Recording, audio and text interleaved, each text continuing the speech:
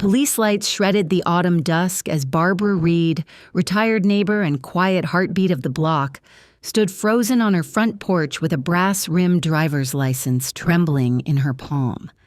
The street smelled like cut grass and brewing coffee, but dread rode the cool air.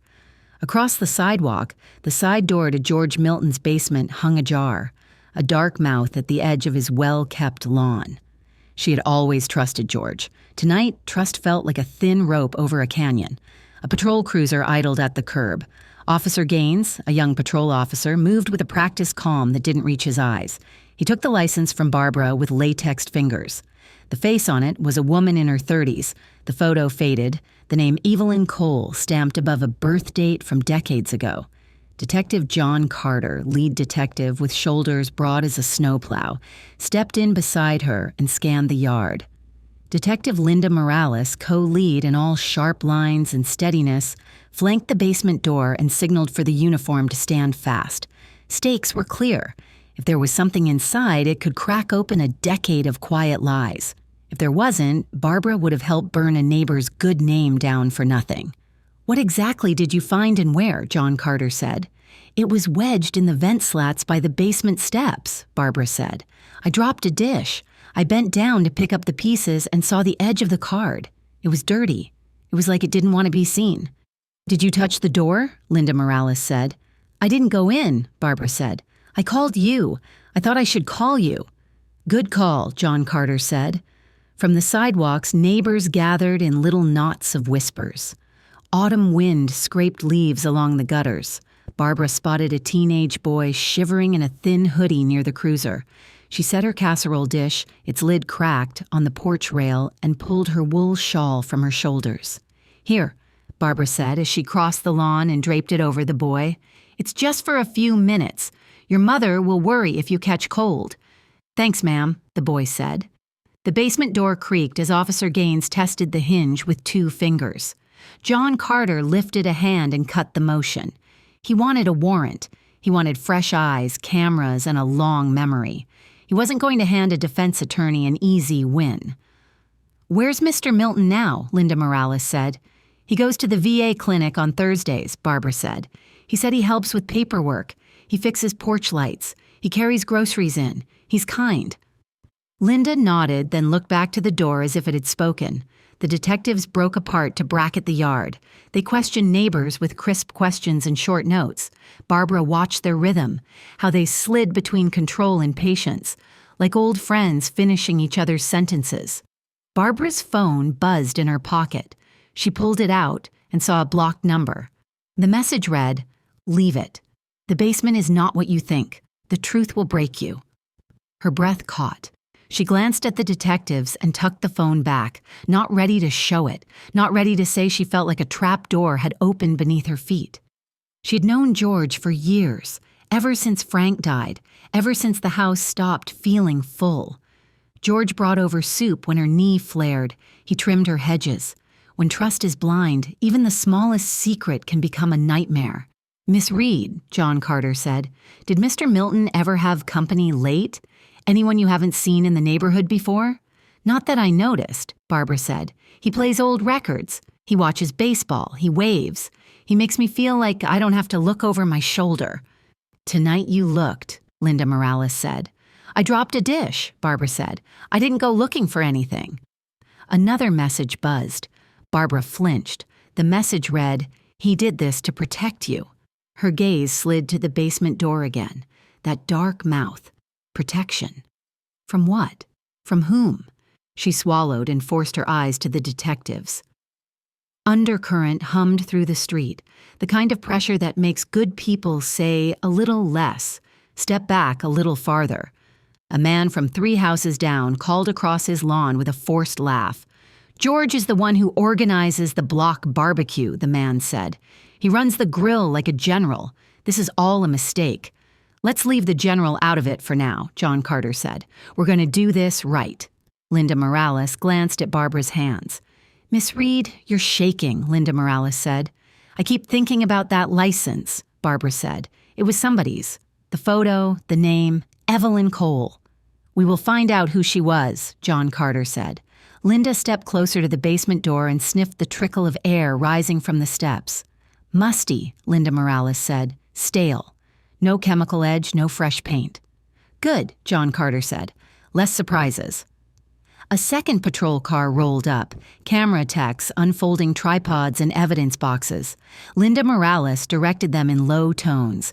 She had the gift of telling people exactly what to do without making them feel managed. Barbara watched the quiet command and wondered what else Linda had led people through. What rooms, what nightmares. Barbara's phone buzzed again. The message read, "This is bigger than a basement, bigger than him." She took a step toward John Carter. "I'm getting messages," Barbara said. "They're telling me this is bigger." "From who?" John Carter said.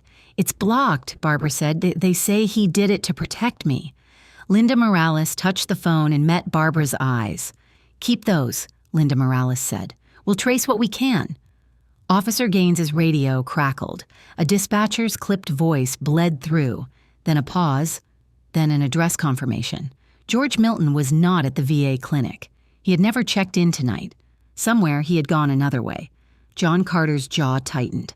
"We go in when the warrant hits," John Carter said. "Until then, nobody touches anything."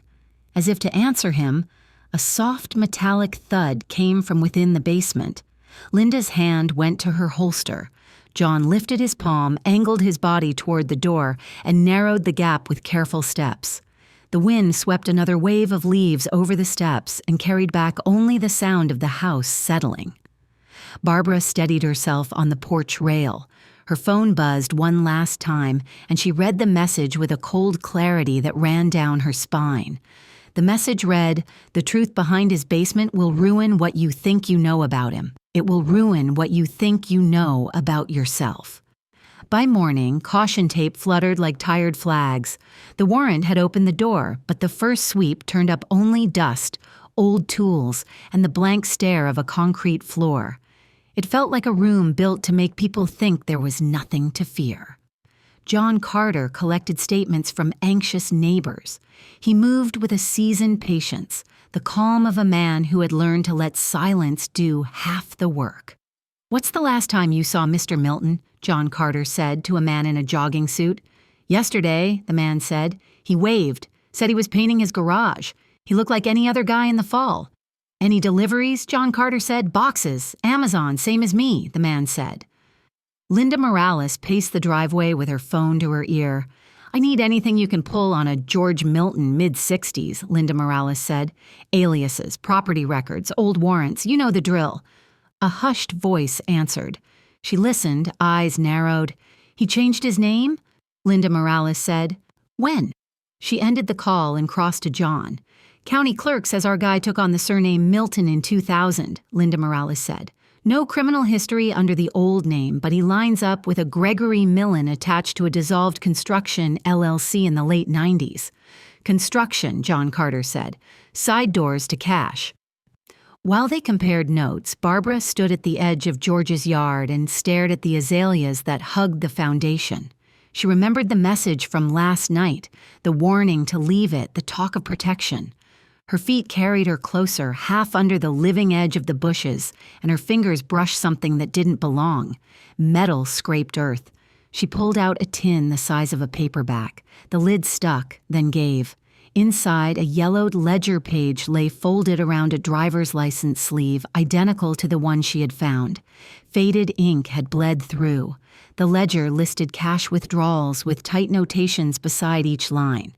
Case numbers, initials. A recurring mark at the edge of the lines that looked like a slash followed by the letter C. John Carter's shadow fell over her shoulder. "Miss Reed," John Carter said. "Don't move. Step back." "I'm sorry," Barbara said. "It was there. I didn't go looking. My hand found it." "You did fine," John Carter said. "Now we preserve it." He signaled the techs, who bagged the tin as Barbara retreated to the grass with a guilt that wouldn't quit. Linda scanned the notations and tapped a line with the eraser of her pencil. "See that?" Linda Morales said. "EC appears next to 3 of these case numbers." "Initials," John Carter said, "or a code, or nothing." Barbara's mailbox creaked as the mail truck rounded the block and slid envelopes into metal. She walked to it with an old habit that ran deeper than shock. Inside, between catalogs and a flyer, a single envelope sat with her name handwritten in block letters. No stamp. The return address read George Milton in steady pen. Inside, a single page waited, folded twice with a neat crease like a ritual. She unfolded it and read aloud in a dry whisper. "Barbara, if this finds you before I do, please believe that I tried. Do not open the crawlspace panel in the basement. Tell Carter to check the ledger marks. EC will make sense if you look back far enough. I promised Frank I would keep you clear." Her throat tightened around the name. Frank. Her husband. Gone 8 years. She felt an old grief surge like hot water. "Let me see," Linda Morales said. Barbara handed over the letter. Linda's eyes traced the last line again. At the bottom, in a corner, a small signature had been added in a different hand, delicate and sharp. EC. "Who is EC?" John Carter said. "I don't know," Barbara said. "I don't know why George would write to me and mention Frank. Frank fixed cars. He wasn't mixed up in anything." "People can be a lot of things and still fix cars," John Carter said. Barbara stared down the street where neighborhood flags hung motionless. A memory bubbled up, an old morning on this same block. She had stood at a grill with a paper plate. George had handed her a hot dog and told a story about the Dodgers. Had that happened? Or had she borrowed it from someone else's life? She felt the edges of her memories blur like fogged glass. "Do you remember the first time you met George?" Linda Morales said. "After Frank died," Barbara said. "At least I thought so." "Think again," Linda Morales said. Neighbors whispered louder now, fear mixing with indignation. An older woman in a cardigan crossed to Barbara with rigid posture and tried to fold her indignation into a gentle voice. "You shouldn't have gone digging," the woman said. "George does good work for us. He calls the HOA when lights go out. He looks after the widows." "I didn't go digging," Barbara said. "I tripped." The woman turned and walked away as if she had put a full stop on the conversation. Barbara watched her go with a tired sadness. She had lived on this street for 3 decades. She had loved this street like a quiet sister. Now it felt like a jury box. John's phone buzzed. He read a text and looked up at Linda. "County confirms," John Carter said. "Evelyn Cole reported missing in '98. Car found abandoned off the interstate. No body, no closure." Linda glanced at the ledger again, then at Barbara. "If the letter is right, EC could be Evelyn Cole," Linda Morales said. Barbara looked at the basement and felt the ground tilt beneath her. The letter mentioned Frank. The initials matched the license. Her mind pushed back and failed. She'd always believed her life here was simple and good. She had believed that trust was armor. Now she wasn't sure if it was a blindfold. Detective Linda Morales lived in old documents. Paper told the truth in a straight line if you let it keep talking. She took the ledger to a dim corner of the precinct and spread it out alongside a dozen photocopied pages and sepia-toned photographs from the cold case unit. Evelyn Cole smiled up from a stiff portrait, hair styled in a way the '90s thought would last forever. Bank transfers line up with dates Evelyn was spotted out of town, Linda Morales said. John Carter stood with his hands on the back of a chair. "George's old construction LLC shows up in the same months," John Carter said. "Easton Construction. Paid out in cash, folded in '99. "Easton Construction," Linda Morales said. "EC again." John rubbed his jaw. "I hate patterns until they prove themselves," John Carter said. Linda pushed a photograph closer to the lamp. It showed a backyard, like hundreds in the county, a grill, a folding table, people with plates. The date stamped in a white strip at the bottom read September 1997. Barbara stood near the grill in a sun hat, her smile quiet and real. Beside her, 10 years younger, George held tongs like a prize. Between them, a man lifted a beer in salute. Frank Reed. Linda tapped the photo. "You said she met George after Frank died," Linda Morales said. "She believed that," John Carter said. They drove the photo to Barbara's house and waited on her porch, under the smoke-stained flag that had seen too many seasons. She opened the door with red eyes and a spine that refused to bend. "We found a photo," John Carter said. She took it like a fragile thing. Her fingers pinched the edges. Her face softened, then tightened as if someone had whispered a cruel joke. "I don't remember this," Barbara said. "You were there," Linda Morales said. "I remember summer and paper plates," Barbara said. "I remember Frank joking about overcooked burgers. I remember a neighbor bragging about his new mower, but I don't remember George being there. I don't remember knowing him then." "Memory is tricky when it wants to protect you," John Carter said. Barbara studied George's younger face. The smile reached his eyes. It was the same smile that brought soup and carried boxes. "What else was he to us?" Barbara said.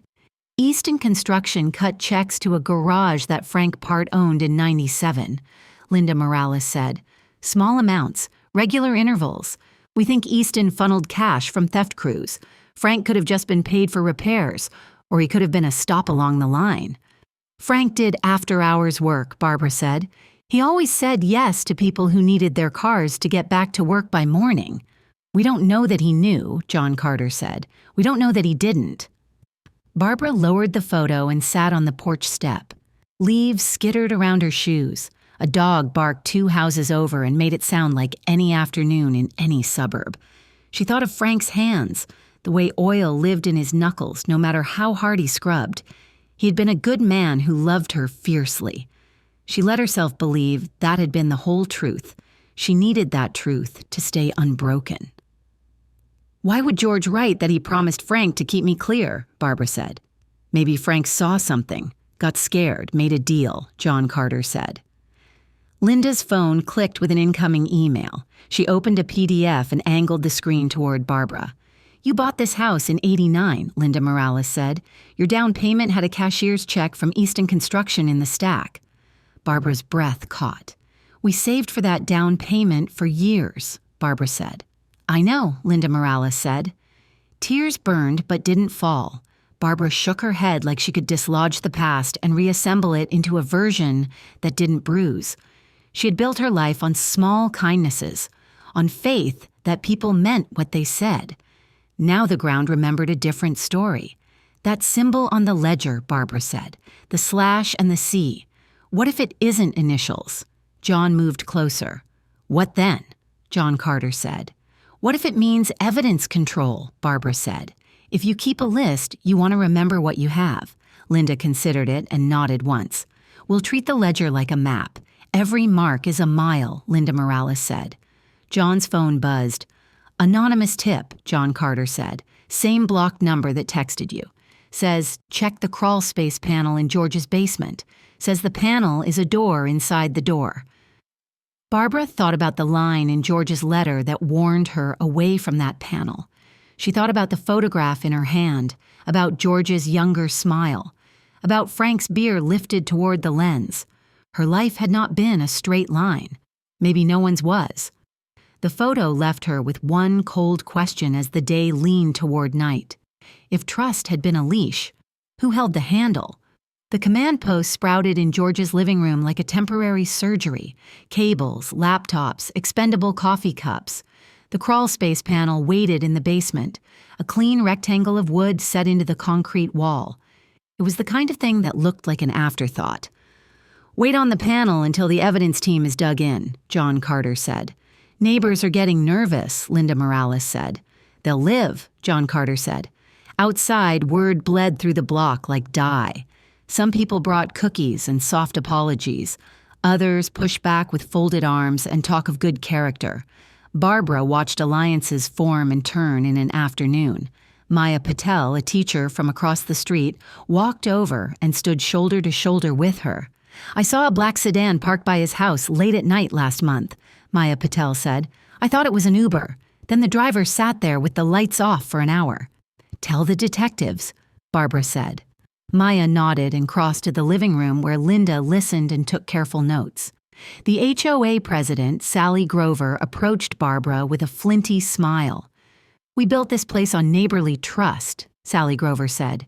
"You sure you didn't make a mistake?" "I found a license," Barbara said. "I didn't make that." "People drop things," Sally Grover said. "Not for 25 years beside a basement vent," Barbara said. Sally looked past her like she was talking to a problem, not a person, then drifted away to gather the faithful. Night fell early. John and Linda stood under the floodlights and watched the block rearrange itself. Their radios murmured, their phones buzzed, they worked anyway. "Meet me behind the high school track in 30, a voice had said to Linda over a burner number. "I'll explain why your lines keep crossing." They went together. The track lights cut the field into bright islands. A man in a hooded coat waited near the bleachers, hands in pockets, feet pointed toward the exit. "You Riley?" John Carter said. "I am tonight," the man said. "What do you have?" Linda Morales said. "Your case is feeding on itself," Riley said. "Someone inside is redirecting tips and burying financial links. You keep chasing what you think you saw and missing what you should be seeing." "Names," John Carter said. Riley's mouth twitched. "You want to look hard at your own house," Riley said. "One of you two has search queries mirroring the leak pattern." Carter's login hit cold case files 3 times in the last month that matched the ledger marks. John stiffened. "I know what I looked up," John Carter said. "Then someone knows your password," Riley said. "Or you're the leak." Linda held Riley's stare. "Why are you talking to us?" Linda Morales said. "Because I used to wear a badge," Riley said. "And I watched a case die because good people didn't want to believe how close the rot was." "Proof," John Carter said. Riley tossed a flash drive that clicked against John's palm. "Logs, read and weep," Riley said. They watched him go, then looked at each other under the hard white glare of the stadium lights. Years of partnership hung in the air between them, heavy as rain. "You think I'm feeding leads?" John Carter said. "I think someone is using your access," Linda Morales said. John shoved the drive into his pocket. "Let's stick to facts," John Carter said. Back on the block, Barbara stood at the edge of the tape as Tex aimed a camera at the crawl space panel. "Ready?" a tech said. "Open it," Linda Morales said when she reached the basement. The panel swung on hidden hinges and showed nothing but dark. A tech shone a light and revealed a short tunnel, then a second door with a chain lock set into brick. "George built himself a bunker," John Carter said. They cut the chain and eased the door. Inside, a narrow room held metal shelves lined with boxes. Every box was labeled with the same slashed C. Barbara had noticed on the ledger page. The air smelled of paper, damp and old money. "Bag everything," Linda Morales said. The room felt like the inside of a confession. Each box would be a sin cataloged in manila and tape. Barbara's phone vibrated. The message read, "He's on his way home. Let them finish, then listen to him." Her heart climbed into her throat. She found John and held out her phone. "He's coming," Barbara said. "Then we'll wait," John Carter said. They waited in the quiet, the house listening, the neighborhood holding its breath. The clandestine warning from the track pressed into John's pocket like a splinter. He and Linda stood side by side anyway. Their eyes faced the same door. George Milton came home the way a tired man comes in from the cold. He stepped out of a silver sedan, raised his hands before anyone asked, and looked straight at Barbara. "I told you not to open the panel," George said. "You left me a letter," Barbara said. "I wanted to explain before this," George said. John Carter stepped forward. "George Milton, we're going to talk about the room behind your crawl space," John Carter said. George nodded once. "Then do it here," George said. "Do it where the truth sits."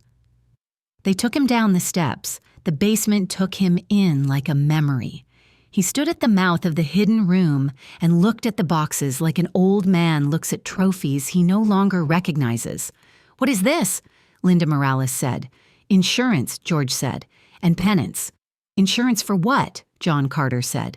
"For the network that used to run cash and fear through this town," George said. "For the men who would have come to your door, Barbara, and asked for what Frank owed them." Barbara stiffened. "Frank owed no one," Barbara said. George's eyes softened.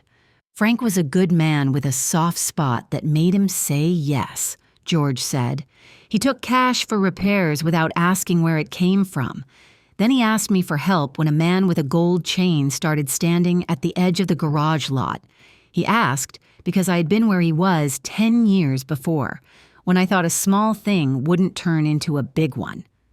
"Easton Construction," Linda Morales said. George nodded. We moved cash for thieves who thought themselves businessmen, George said. I ran from that life when I saw where it ended. I changed my name. I bought this house. I thought I was done. Then Frank came to me. He said he couldn't sleep. He said a woman named Evelyn had stopped coming by to pick up envelopes. He said someone else had come instead, and he didn't like the way the man watched you, Barbara. Barbara's voice came out as a whisper. Evelyn Cole, Barbara said. She was getting out, George said. She never made it. I don't know where she went down. I know her last call to me said she was scared to keep the ledger. You kept it, John Carter said. I kept everything I could peel away, George said. I kept enough to go to war if I had to. I kept enough to prove to men like you that I wasn't the worst thing in this room. And yet you hid it, Linda Morales said. I hid it because the badge doesn't always mean clean hands, George said. Men like me don't survive by guessing wrong.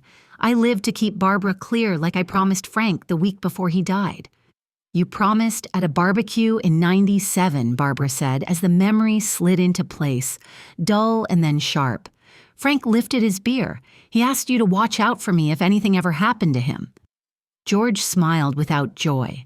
He trusted me with one thing when he had been careless with another, George said. Linda stepped closer to the shelves and read the labels in a low, steady voice. Cash logs, drop sites, names, half names, badges, Linda Morales said. George's head turned fast. Careful with that box, George said. If you open it, you won't like what you see. We rarely do, John Carter said as he lifted the lid anyway. Inside, envelopes lay stacked like bricks. On each, a number had been written with a steady hand. Beside each number, 2 letters, BG. Behind them, a sheet with a short list of badge numbers and deposit dates matched to specific withdrawals on the ledger. What does BG mean? Linda Morales said. Blue Gate, George said. That's what they called the piece of the network inside the department. They opened gates only cops could open. John's gaze slid to Linda, to the memory of the flash drive burning a square into his pocket. A source says my login touched case files that match these marks, John Carter said. Then your source knows a thief, George said.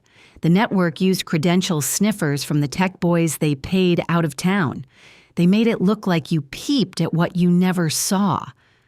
Morales looked at him hard. Prove it, Linda Morales said. I can't prove it alone, George said. I can tell you who took envelopes when they thought I wasn't watching. Look at deposit number 3174. Look at who got paid 2 days later. Linda scanned the sheet. A badge number, Linda Morales said. 3174. John looked to the corner and breathed out through his teeth. He knew that number. It belonged to a captain who had retired last year with a handshake and a plaque. The man had taught whole classes about ethics. You better hope you're telling the truth, John Carter said.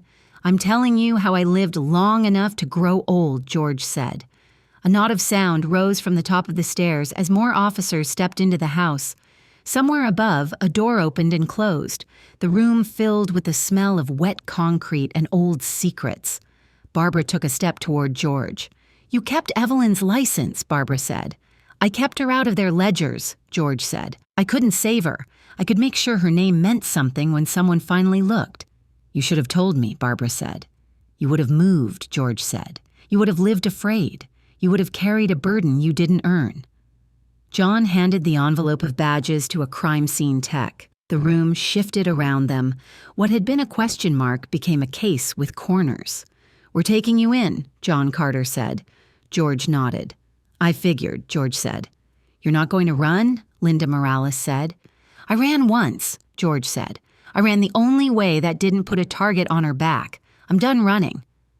They led him up the stairs. Outside, the block watched with faces that wanted easy villains. Barbara stood on the damp grass and watched George walk past the azaleas he had trimmed like clockwork. He looked at her as he passed and held her gaze for one beat. It was the look of a man who had lived in the gray and wanted someone to understand that he had tried. At the precinct, George talked for hours. He gave names and drop sites. He placed people inside the network's lines. He gave just enough for search warrants to bloom in judges' hands. He didn't pretend to be clean. He didn't pretend to be a hero. He just kept his promise. Before dawn, John and Linda stood in the squad room with a small mountain of boxes and a long list of next steps. The flash drive from Riley sat plugged into a terminal with logs scrolling past. It showed John's login pinging files he had never opened. It showed how a ghost with a badge learned to mimic a man's hand. "You believe me now?" John Carter said. "I believed you when we stood under the stadium lights and looked at the same door," Linda Morales said. They shared a thin smile, the kind that belongs to people who have decided to fight something bigger than their sleep. Barbara watched the sunrise paint the brick of her home from her porch steps. The street looked the same and didn't. A quiet autumn morning reached for normal in small ways. A neighbor watered mums. A paper boy tossed headlines. She held the old photograph in her hand and traced Frank's outline with a fingertip. Her phone buzzed, one last time. The message read, "Debt paid. Watch the azaleas." She rose and walked to the flower bed. A small metal disc with the numbers 3174 stamped into it lay half buried near the base of the plant, bright as a threat. She picked it up and turned it over. On the back, a faded sticker clung to the metal. A training academy logo winked in the light. She closed her hand around it and looked toward the precinct, toward the people who would turn boxes into charges and badges into questions. Justice moved like a train in the distance, slow but loud. She wanted it to arrive. She wanted it to mean something. Behind her, the neighborhood woke to the sound of birds and garage doors. Somewhere inside the precinct, a retired captain's number was etched into a search warrant. Somewhere inside the network, a hole opened where a man named George had stood and waited. Barbara slipped the disc into an evidence bag Linda had left with her and sealed it with steady fingers. The final clue was small, a bright fleck in the dirt of a quiet yard. It asked a simple question in a voice that promised a longer fight. Would justice catch up, or had rot run deeper than anyone wanted to admit? She stood on her porch and held the line between trust and truth as the day began.